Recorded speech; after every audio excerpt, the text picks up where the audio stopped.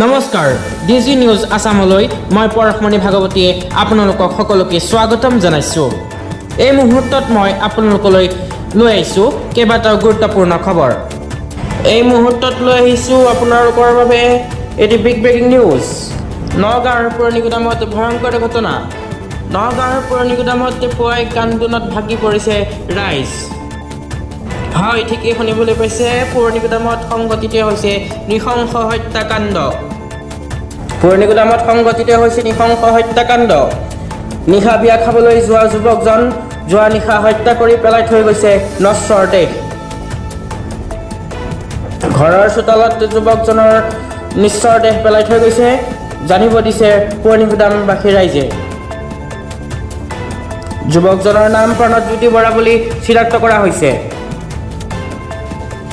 পুৰণি গুদামত সংঘটিত হৈছে নৃশংস হত্যাকাণ্ড।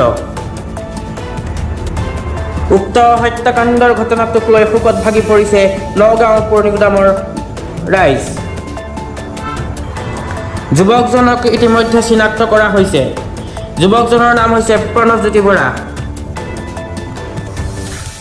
উক্ত হত্যাকাণ্ডটো কোনে কৰিছে এতিয়াও পোহৰলৈ অহা নাই। মৃত প্ৰণৱজ্যোতি বৰাৰ ঘৰ নগাঁও জিলাৰ পুৰণি গুদামৰ মোহানিত।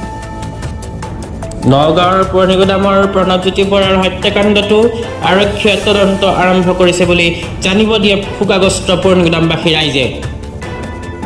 নগাঁৱৰ পুৰণি গুদামত পুৱাই ৰাজ্য কঁপাই যোৱা হত্যাকাণ্ড। নগাঁৱৰ পুৰণি গুদামৰ প্ৰণৱজ্যোতি বৰাই যোৱা নিশা বিয়া খাবলৈ গৈছিল।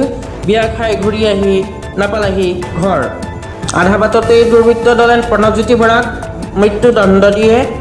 বৰ্তমান উক্ত ঘটনাটো আৰক্ষীয়ে তদন্ত আৰম্ভ কৰিছে বুলি জানিব দিয়ে ৰাইজে। এটি শুদ্ধ তদন্ত বা বিচাৰ হ'ব লাগে বুলি দাবী কৰিছে নগাঁৱৰ পুৰণি গুদামবাসী ৰাইজে। এটি শুদ্ধ নিৰ্ভৰযোগ্য তথ্য আপডেট পাই থাকিবলৈ আপোনালোকে চাই থাকক ডিজি নিউজ আসাম।